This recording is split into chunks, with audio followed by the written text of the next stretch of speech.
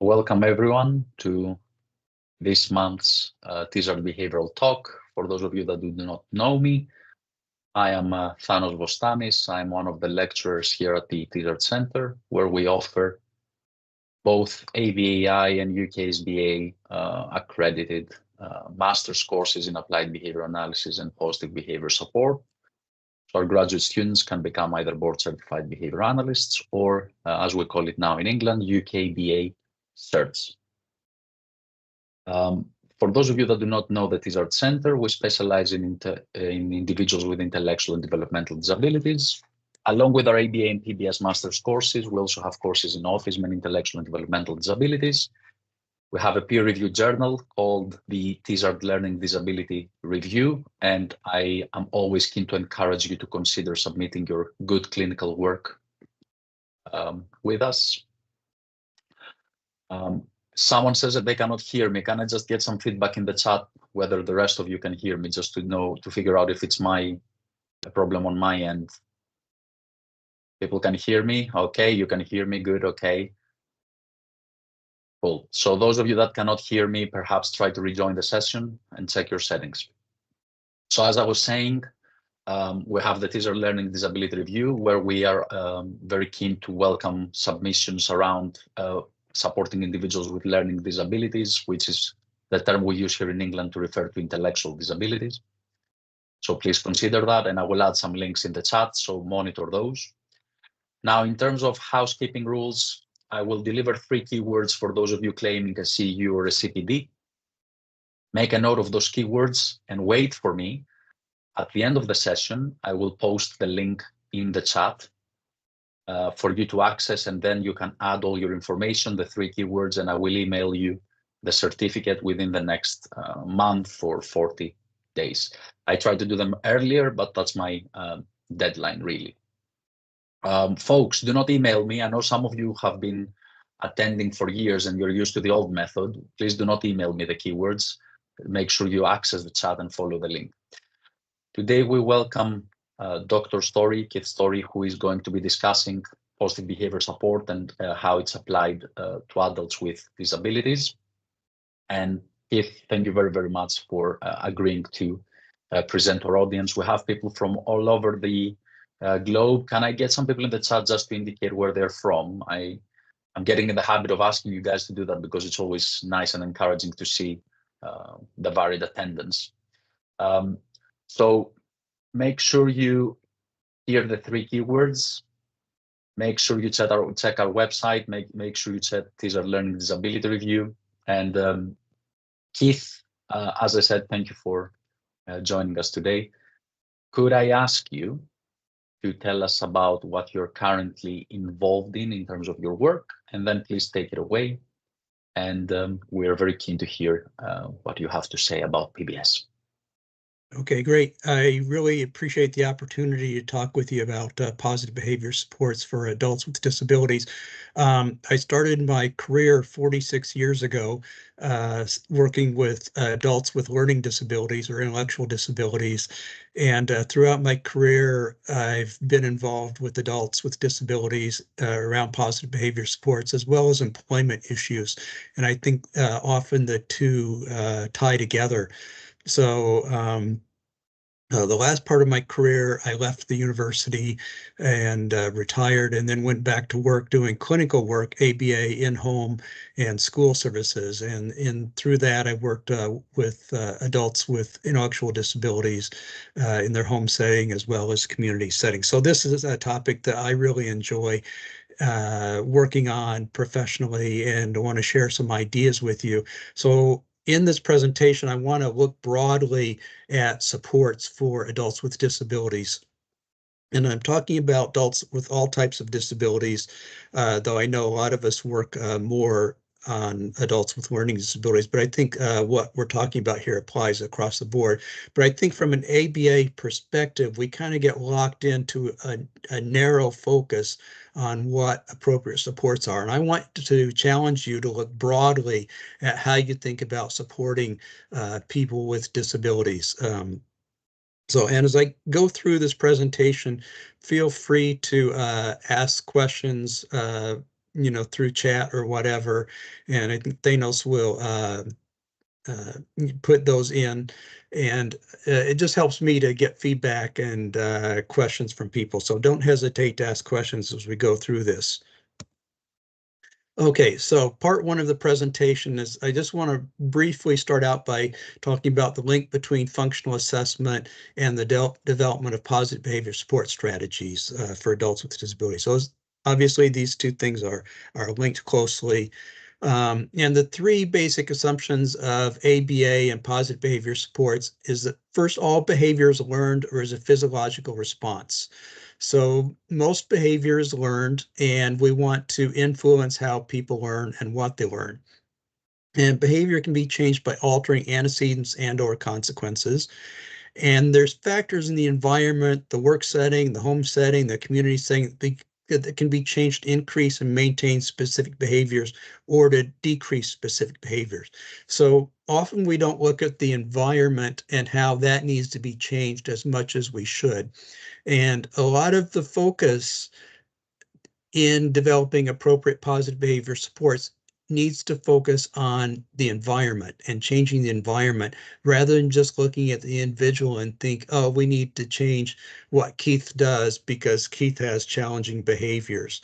But it's like, well, that's important, but if you really look broadly at the situation, your focus is going to change more on changing the environment as well as changing specific behaviors for the individual. Okay, so you need to look at the changing the undesirable behaviors and improving behavior. So you need to look at, the job coach behavior, residential staff, uh, as well as the specific behavior for the individual. And then the overall purpose of positive behavior supports is create environments that are conducive to increasing positive and desirable behaviors. So again, you're looking at the environment and what needs to happen in the environment as much or even more than what needs to happen for the individual with a disability. Okay, and then determining the function of an undesirable behavior is critically important. For anything that you're going to do, and understanding the function of the behavior is the key to effective positive behavior support. So if you don't understand what the function is, or you're not basing your intervention upon the function of behavior, you're just kind of doing a hit and miss approach, and you may have a 50% chance of being successful or even less.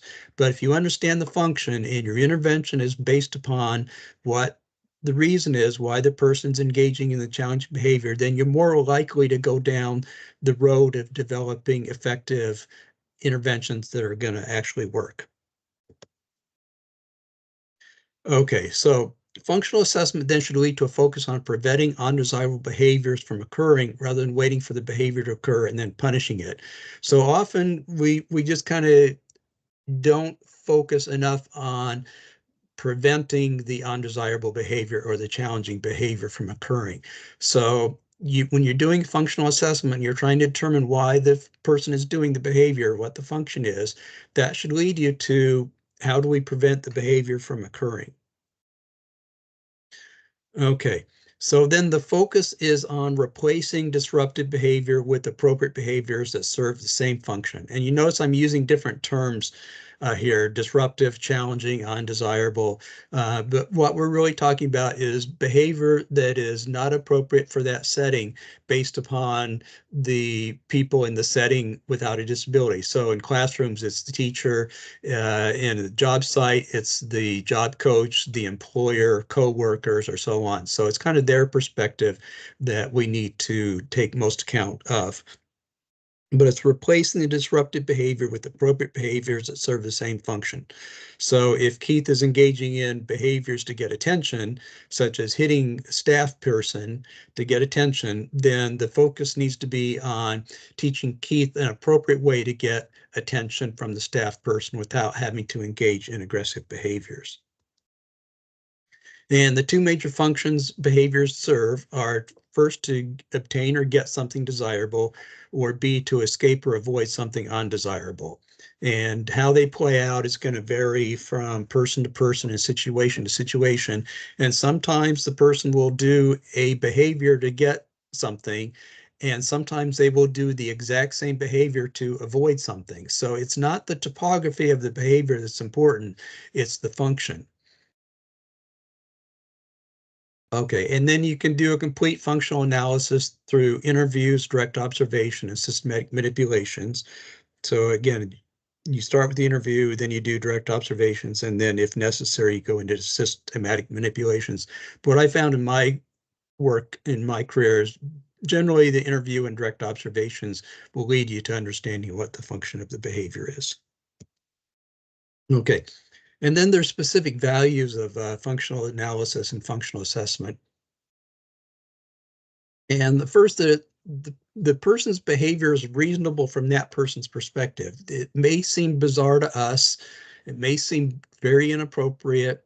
I once saw a man put his head through a window. It was very upsetting, very disturbing. But from his perspective, there was a reason why he was doing it. Okay, and we need to understand that perspective.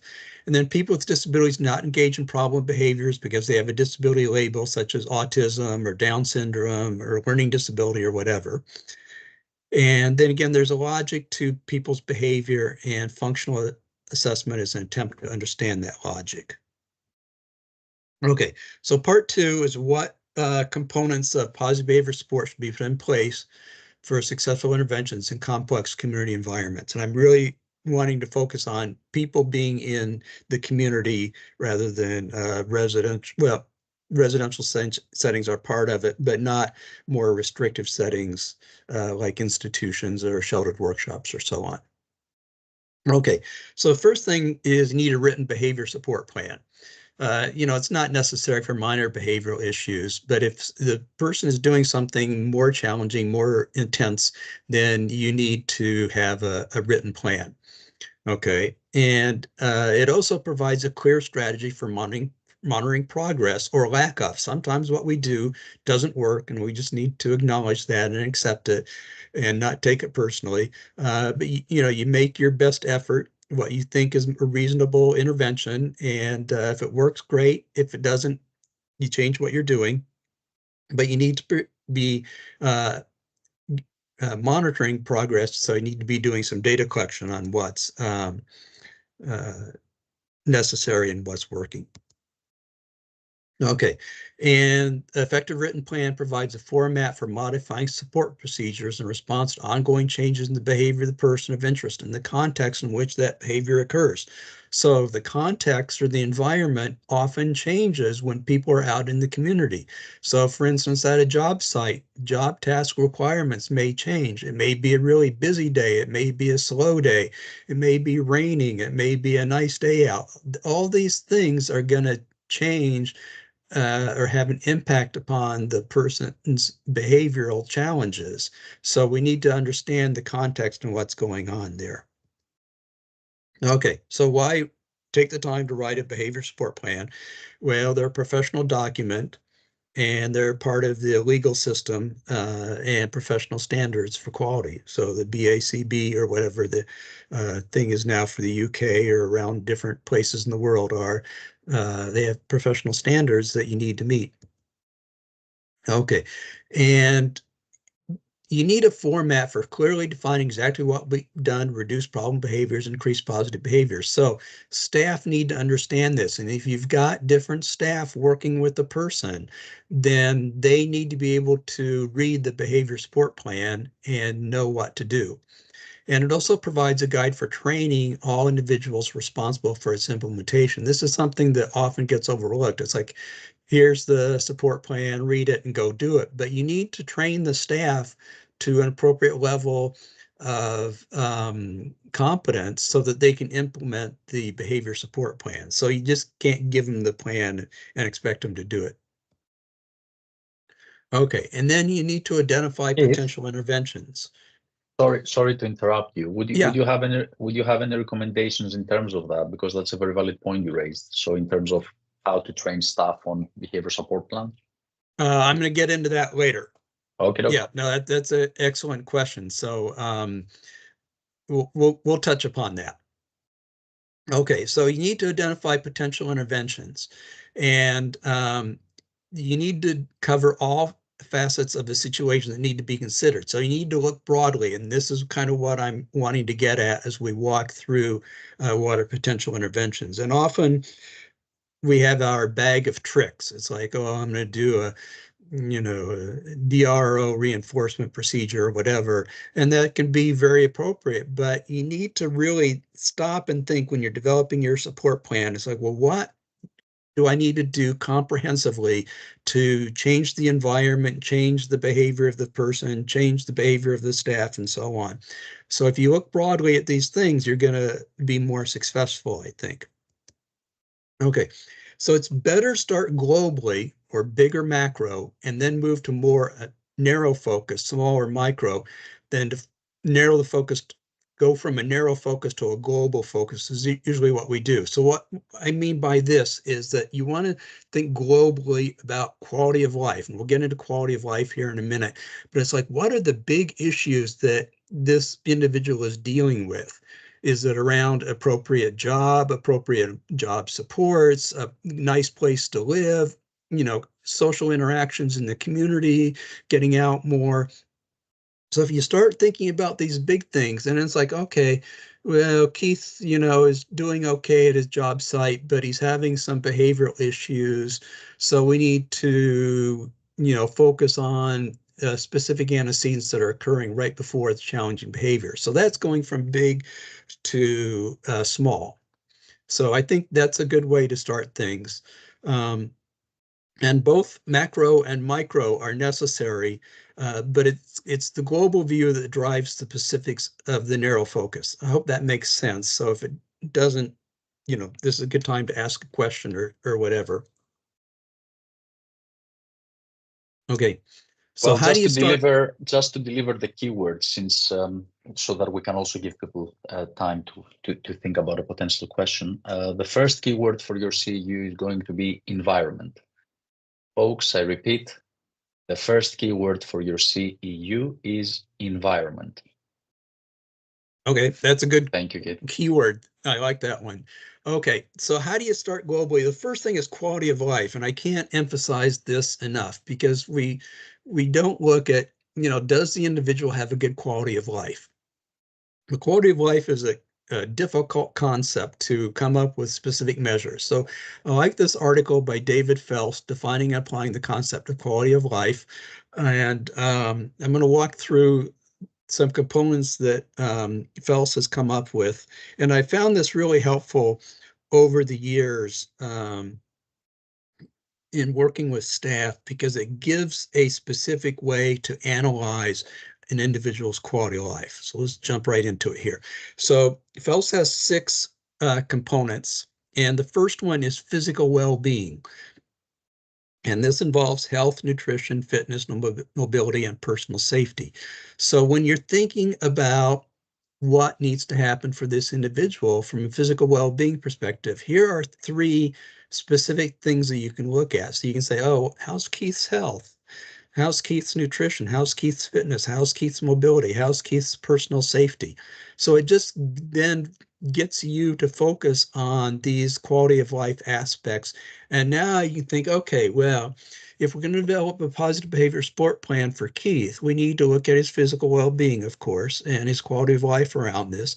And if it's not good, then we can focus on these areas and come up with interventions that are specific to increase in quality of life in these areas. And often these are macro or broad areas that we're looking at. Okay. So that's the first one. The second was material well-being. And here Phelps breaks it down into wealth, ownership, housing quality, and transportation. So again, you're looking at material well-being. So looking at wealth ownership, so income. So does Keith have a good job where he's making a decent income? If not, then we need to change either the job or the employment situation or ask for a higher wage or whatever the case might be.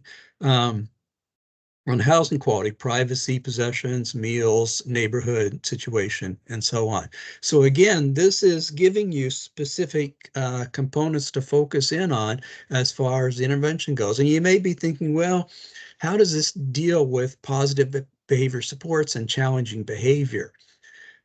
And I think that's a good question to ask because it's obviously a critical one. And then it forces you to focus on, well, material well-being. So, okay, meals and food. So if Keith is not having good food to eat or is eating poorly, then that may be influencing his challenging behavior because his sugar intake is too high, which leads to is becoming hyper, and then he has a sugar crash at the end and becomes aggressive and so on. So we need to change Keith's food around. So again, it's helping you focus interventions that are going to be effective on a both a micro and macro level. Okay, social well-being. I really want to emphasize that social well-being, I think, is probably the critical issues that we need to focus in on for positive behavior support interventions. So here Phelps breaks it down to interpersonal relationships and community involvement. I think both of these are really critical. So interpersonal relationships, of course, involves interactions with other people. And I'm going to talk more about this later on in the presentation. But often the interpersonal relationships that a lot of adults with disabilities have are only with staff people who are paid to provide support or other people with disabilities. And that's too narrow of a focus. So we need to look at interpersonal relationships with the community members around that person, job sites, clubs, social interaction opportunities, and so on. And then the community involvement. So activities and events are really an important thing to focus in on. So what activities does the individual have in the community? What events do they go to? And are they going to these community events with people who are not paid to provide support to them? So friends, community members. So Steve Newton and Rob Horner and Craig Kennedy have done a lot of work on how to track people in residential settings, their community involvement level. So that's an example of coming up with specific dependent variables that you can measure success in this area. So from an ABA perspective, we always want to be able to have appropriate data collection procedure. So just the number of activities per week that the person does in the community with people who are not paid to provide support to them can be a very effective measurement system. And then social status and social roles are also important to consider because a lot of people with learning disabilities or intellectual disabilities have poor social status in that they're looked down upon by the general public and seen as lesser or not as important people as non-disabled people. So we need to look at social status, and that often ties into the person's employment situation. So again, it's just getting you to think broadly about these issues. And then Phelps has productive well-being, so personal development, choice and control, and constructive activity. So personal development, competence, and independence. So from a ABA perspective, can we do systematic instruction procedures to develop competence and independence for individuals in whatever situation they are involved in? So again, it's taking the quality of life issue and then looking down at micro analysis. And emotional well-being.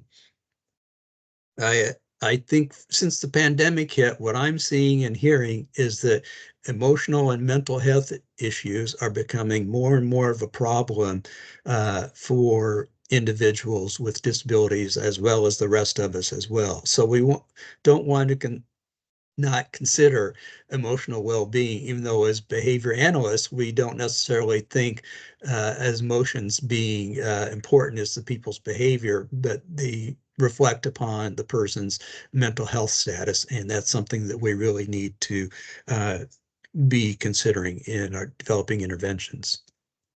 And then civic well-being.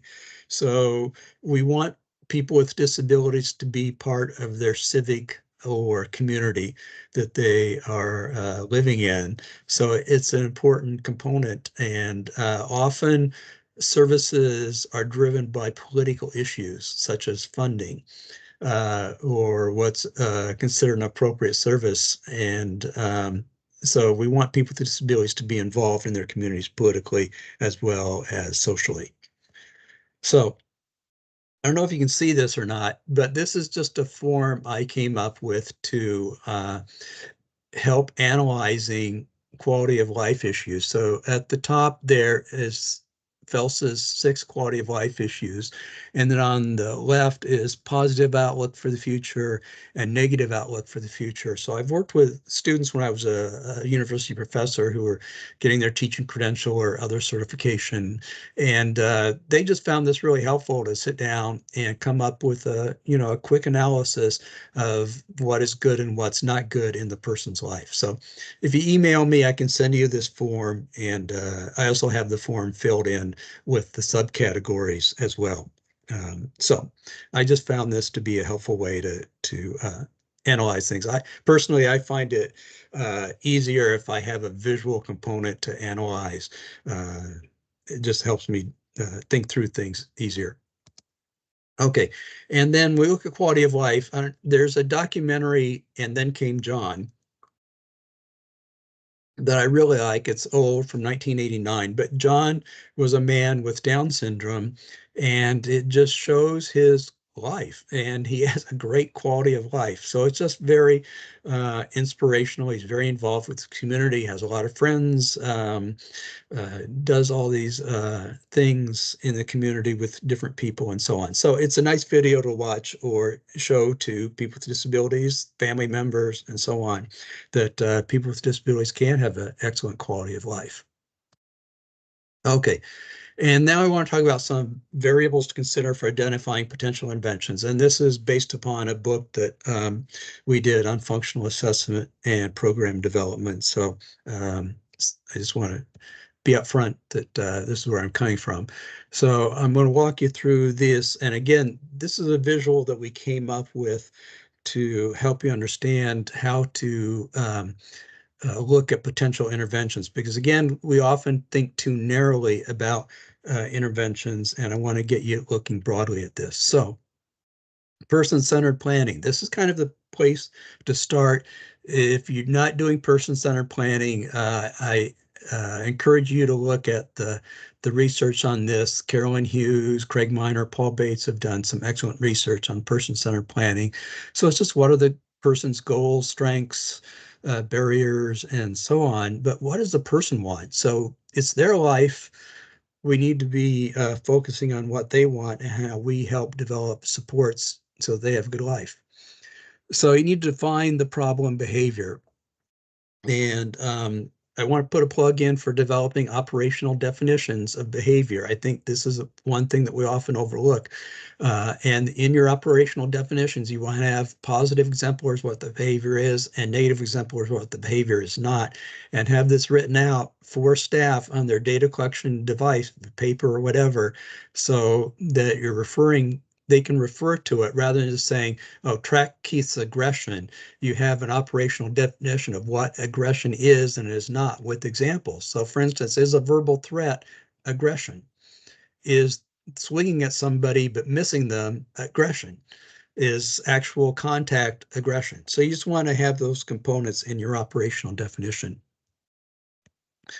Okay, and then you want to identify what the function of the behavior is. Again, this is the key issue. So you see things are going in and then coming out from what the function of the behavior is. And then looking at physical, medical, psychological, mental health assessments and issues for the individual. So again, looking broadly at what's going on in the person's life. And foundational and lifestyle strategies. So communication ability, mobility, things like that. So you're looking at what's the person's lifestyle like. And sometimes people have great lifestyles, sometimes people have bad or poor lifestyles, and you want to change their lifestyle so that it's good and meets their requirements. Okay. And then setting event and predictor strategies. So as ABA, BCBAs, or whatever role you're in, you want to be able to identify setting events and predictor uh, things that are going to influence the behavior for better or for worse. Now, if you know the setting event, then again, on an antecedent basis, you can change setting events to keep the behavior from occurring, and then you don't have to deal with it. And then teaching strategies. So as ABA people, we need to be able to systematically instruct people so that they learn appropriate skills. So teaching strategy is really important, and we'll get into that a little bit here.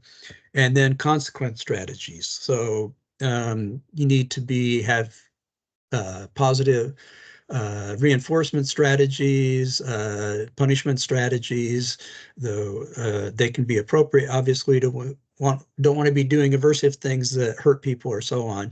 But there is a role for punishment in interventions, but we want to make the consequences as positive as we can for the individual. So I always say, keep things positive for people.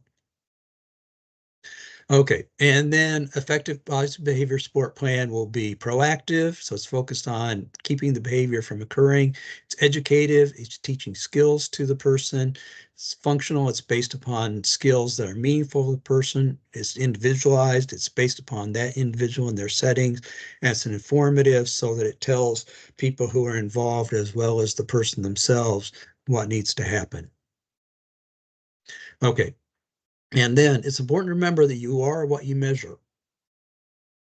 So what I mean by this is when you're developing your intervention plan or your intervention, if you measure the number of times Keith is aggressive, and that can be an important thing to measure, then your intervention is more likely to be focused on decreasing physical aggression, which again can be important. But if you're measuring Keith's appropriate interactions with people in the community, then that is going to change your focus a little bit more on positive behaviors to teach that are meeting the same function, but make it so the person doesn't have to engage in the negative behaviors. So you just want to keep that in mind, that you are what you measure. Okay, part 3. So complexity of developing and implementing successful interventions in applied settings involving staff with a variety of skill levels. So staff support issues. So you brought this up earlier. Okay, go ahead. We had a question, and I just thought I would wait for you to complete the analysis of your section before I ask about it. Okay. Which model do you use? Is it Lavinia? Which model do you use? Is it based on Gary Lavinia's work? Oh, Gary Levine's work? Yeah. Yeah. It is to a certain degree based upon Gary Levine's work. I went to a presentation he did many years ago, and it was very impressive. But he was focused on functions of behavior at that point in time. So I have to admit I haven't read his work recently. So yes, and I'm not sure is my answer, I guess. Okay. Okay. So I hope that answers your question. If not, ask it in a different way. Okay, so staff support issues. So in-service training is not enough, and good ideas are invariably constrained by the parts and skills that surround them. So Steve Johnson's book, Where Good Ideas Come From, which I highly recommend. Anyway, so let's get into staff issues. So I would pronounce this person's name if I could, but I can't, so I don't want to mangle it too much. But I went to a presentation that he did on why don't our staff just do what we tell them, and I was very impressed by it. So I just want to walk briefly through the components that he put out there. So first one is equipment, and he wasn't focused necessarily on people with disabilities or ABA. Focus on that. It was more ABA generic. So equipment, he had the example of people in restaurants weren't wearing their gloves.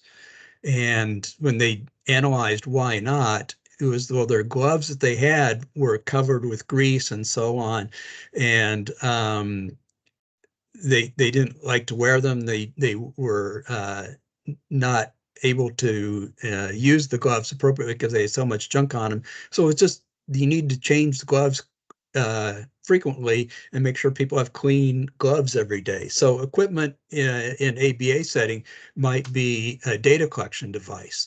So if you're using Central Reach or another system, do they have, a smartphone or smart device where they can easily collect data, and have they been trained on how to use that equipment? So first thing to think about. Second thing is goals and objectives. So what are the goals for the staff, but also what are the goals and objectives for the individuals that they're working with? Do they understand those goals and objectives? And understand how their role plays out in the person meeting the goals and objectives from their person-centered plan. And then skill level. People are at different skill levels. When you enter the field, your skill level may not be great, but as you get more experience, your skill level is going to increase.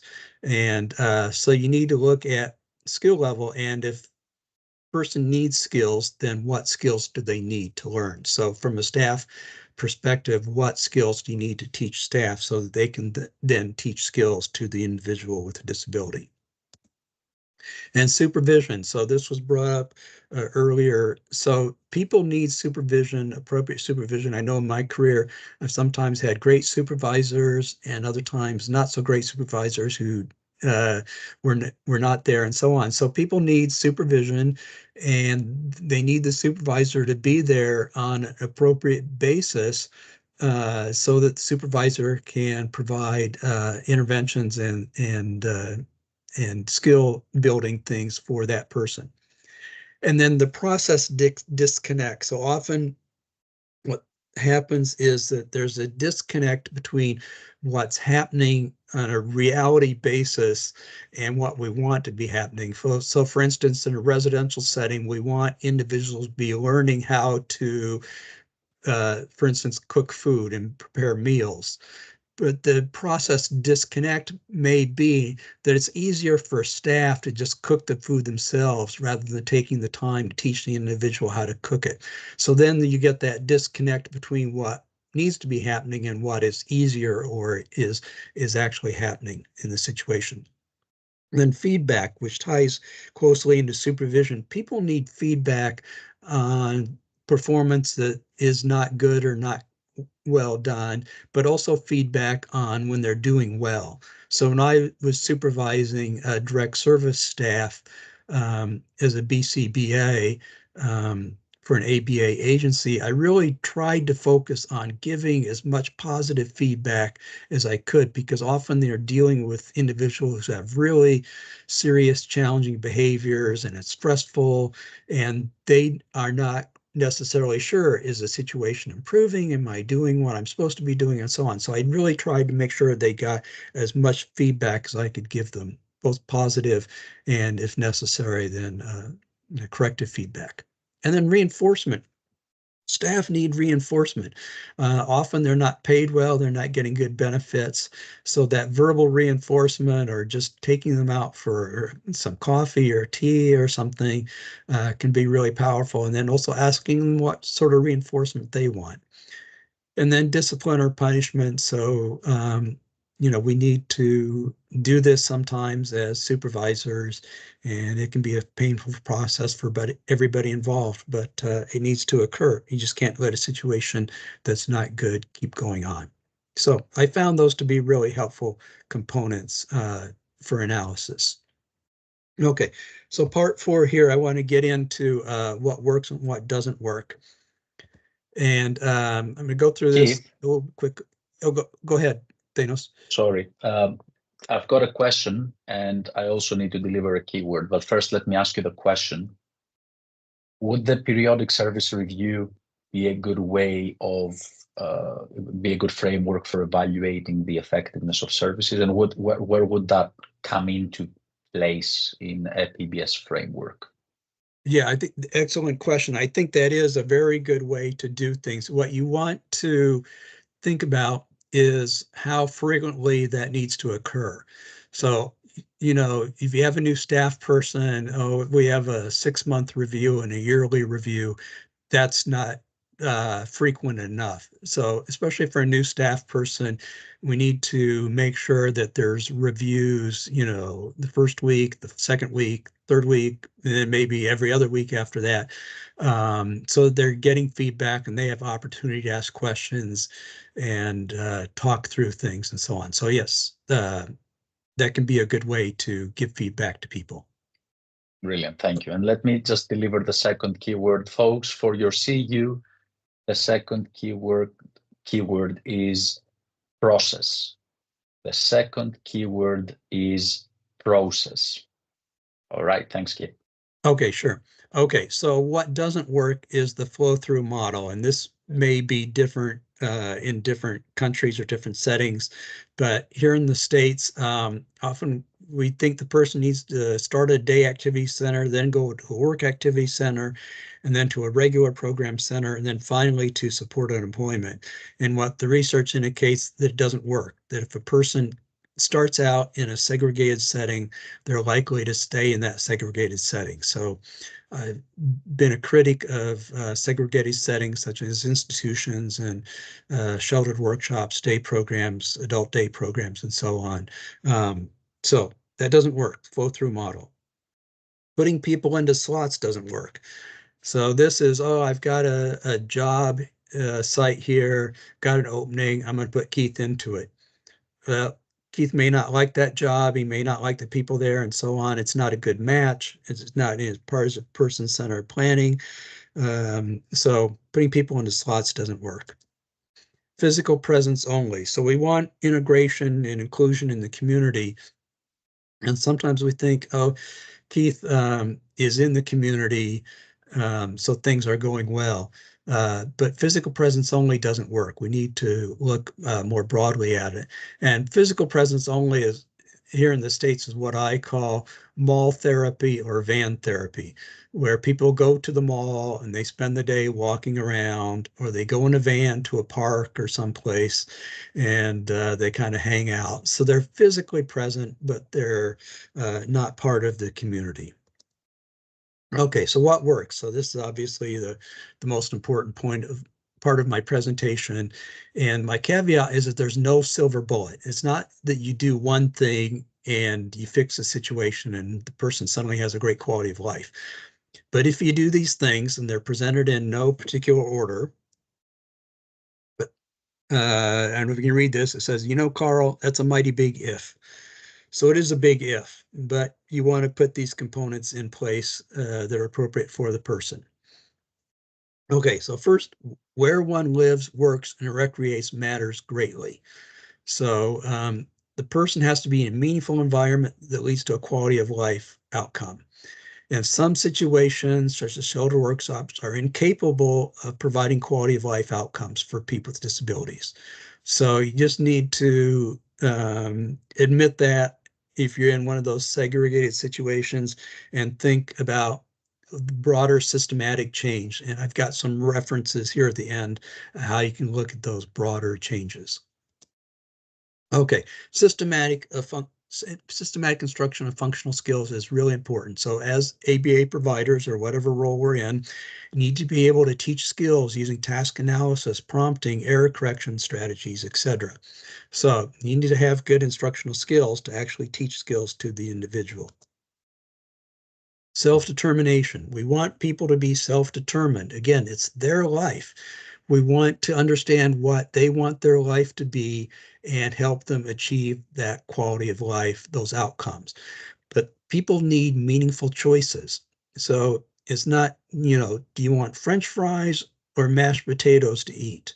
That's not a meaningful choice. It's like, do you want the day program or do you want the sheltered workshops? Those are not meaningful choices. So people need to have meaningful choices so they can achieve the quality of life outcome that they want. Okay, here's another cartoon. Okay, sir, would you like Inferno or non-Inferno? Ha, just kidding. It's all Inferno, of course. I just get a kick out of asking that. So that's my attempt at humor here for the gates of hell. And I think, unfortunately, for a lot of adults with disabilities, it's always inferno for them. Okay, back to what works. Self-advocacy. We want people to be self-advocates, and we need to teach self-advocacy skills to them so they can be self-advocacy. It's not like, hey, Keith, go out there and be a self-advocate. It's how you teach self-advocacy skills to people. And there are some excellent curricula out there on teaching self-advocacy. And teaching social skills. So social skills can be a critical, important component in a person's quality of life. If you have good social skills and people like you, you're more likely to be successful on your job site. There's a lot of research indicating that social skills are the key thing for being successful on job sites. You're going to be more successful in being involved in the community because people like you and want to hang out with you and so on. So if a person doesn't have good social skills, you really want to focus on teaching social skills. And self-management strategies. I'm a big fan of self-management strategies, and I list them here for you. And the advantage of self-management strategies is that then the individual doesn't have to be reliant upon staff members telling them what to do. So if I have self-management strategies, then I'm more independent and I can do more things by myself. Flexibility. What I mean by this is that nothing works all the time, and we need to be flexible in thinking about our interventions. And also, once the intervention starts, things change, and we need to be flexible in changing our interventions as well. And then social inclusion in the community. So there's 4 components of social inclusion. There's physical integration, which we just talked about. There's social interactions, you know, saying hi to the clerk saying hi, how's your day? Not that they care, but they ask. So those social interactions can then lead to social relationships and social networks. And social relationships and social networks are the most important things to think about for people. And social relationships or social interactions that are meaningful that you have with people, and social networks are people who are really, really important to you. And that when you have stress or joy in your life, you turn to those people. So if you have good social relationships and good social networks, then your need to engage in challenging or inappropriate behaviors is decreased. And when things go wrong in your life, you have people to turn to, and since you have people to turn to, things are less likely to go wrong in your life. So I hope this makes sense, because this is something really important to think about. So is your intervention leading to social relationships and social networks for the individual? And these relationships or networks are not involving people who are paid to provide support to them. And contextual fit.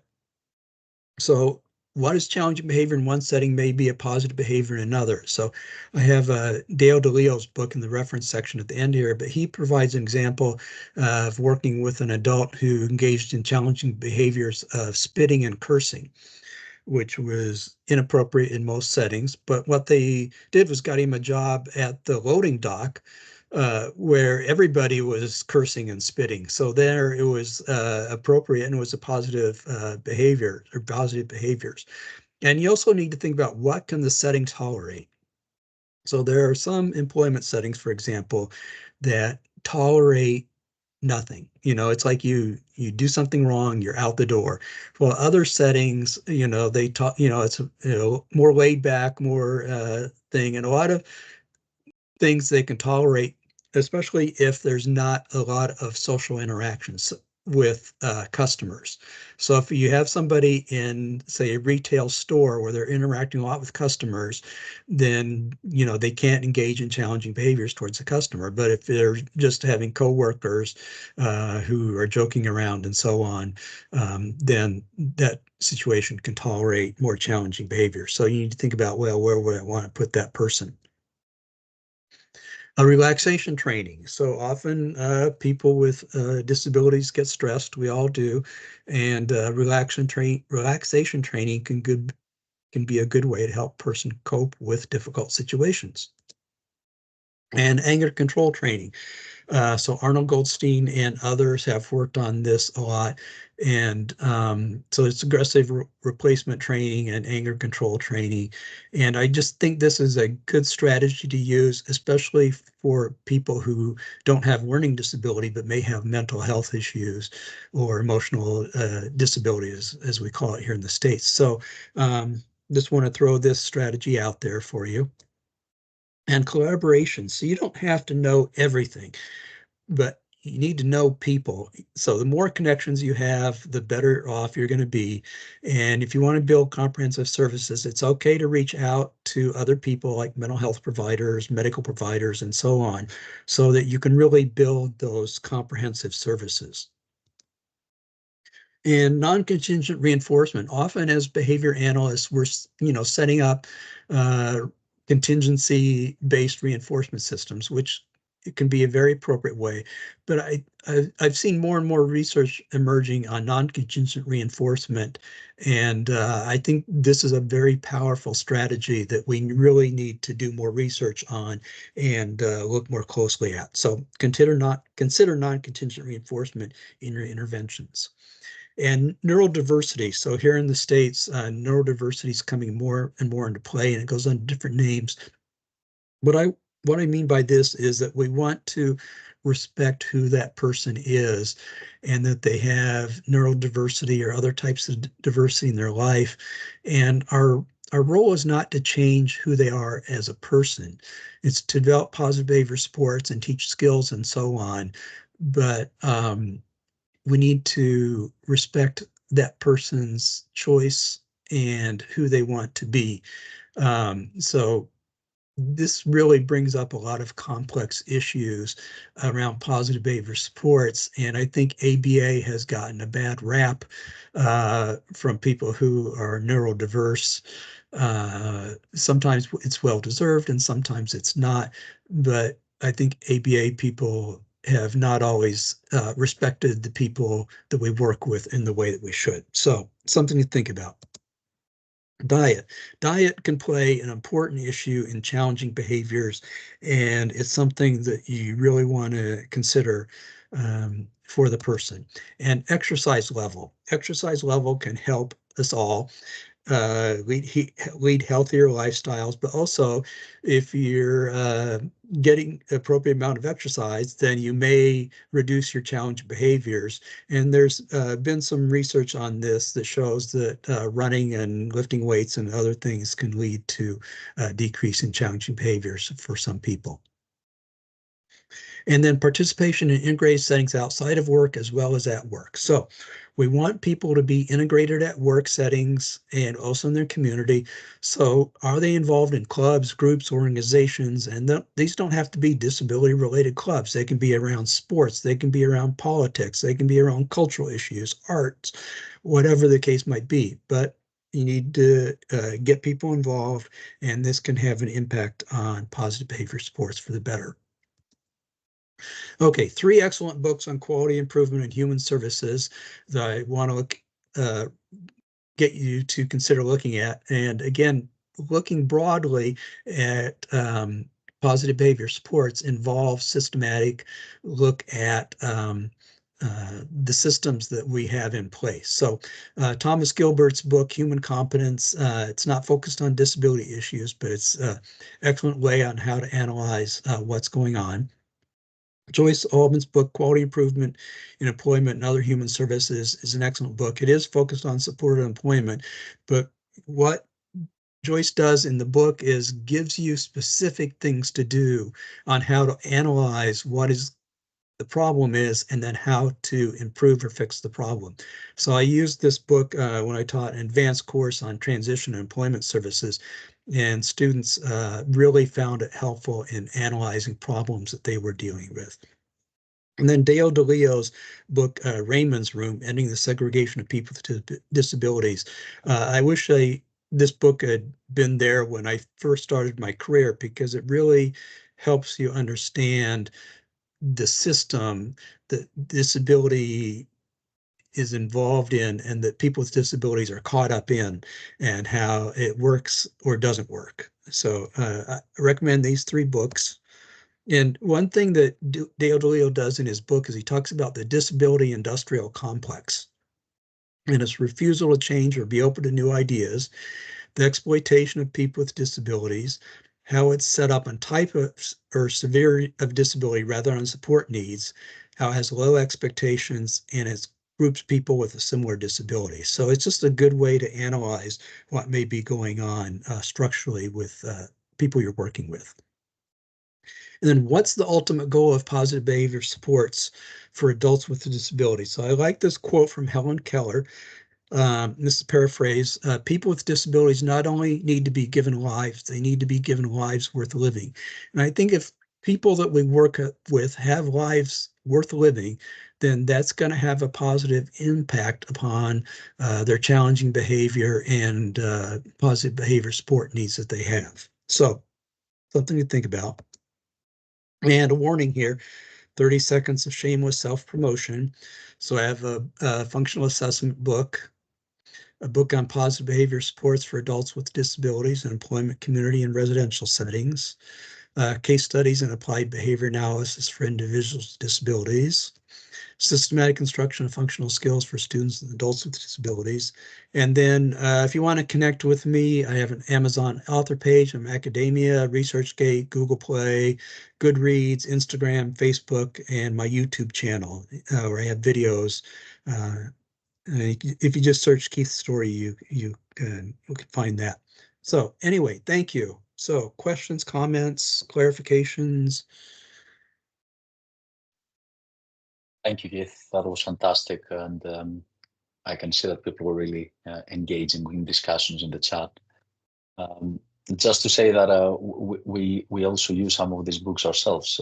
For example, the case study one is a go-to option when we want to do some nice activities during lectures. So thank you for making our life easier as instructors, Keith.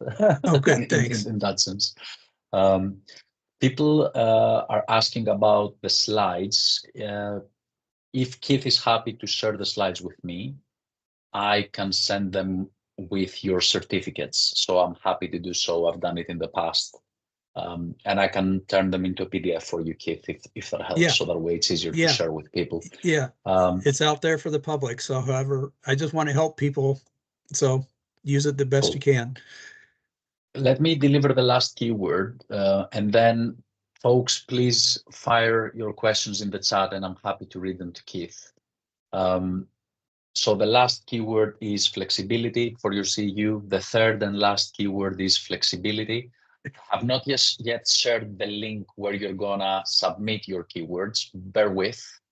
I just want to make sure I read the questions first. I've got a lot of people saying thank you and brilliant and that they loved the presentation, Keith, and that your points were really helpful.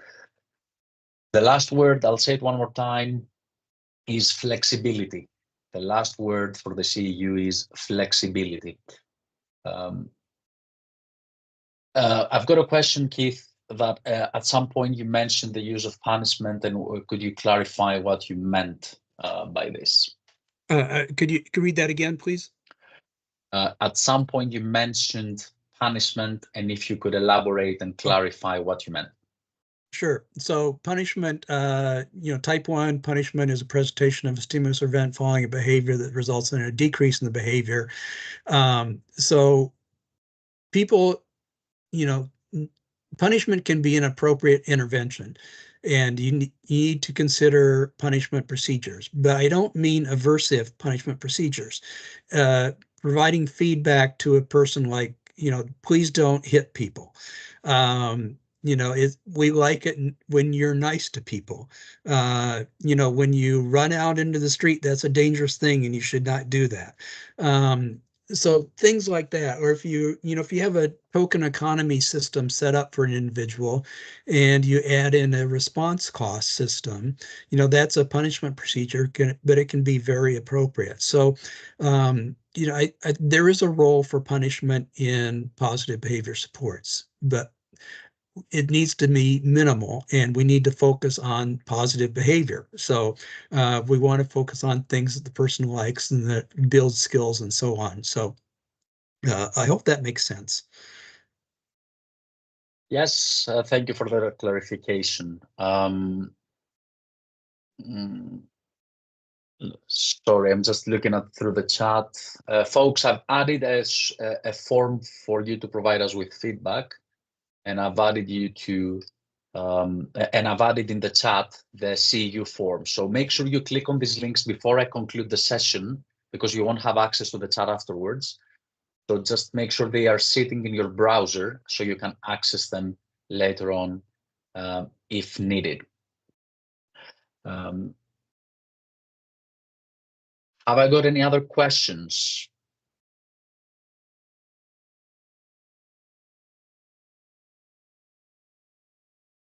Keith, do you accept part-time remote supervision for master students with a focus on adult services?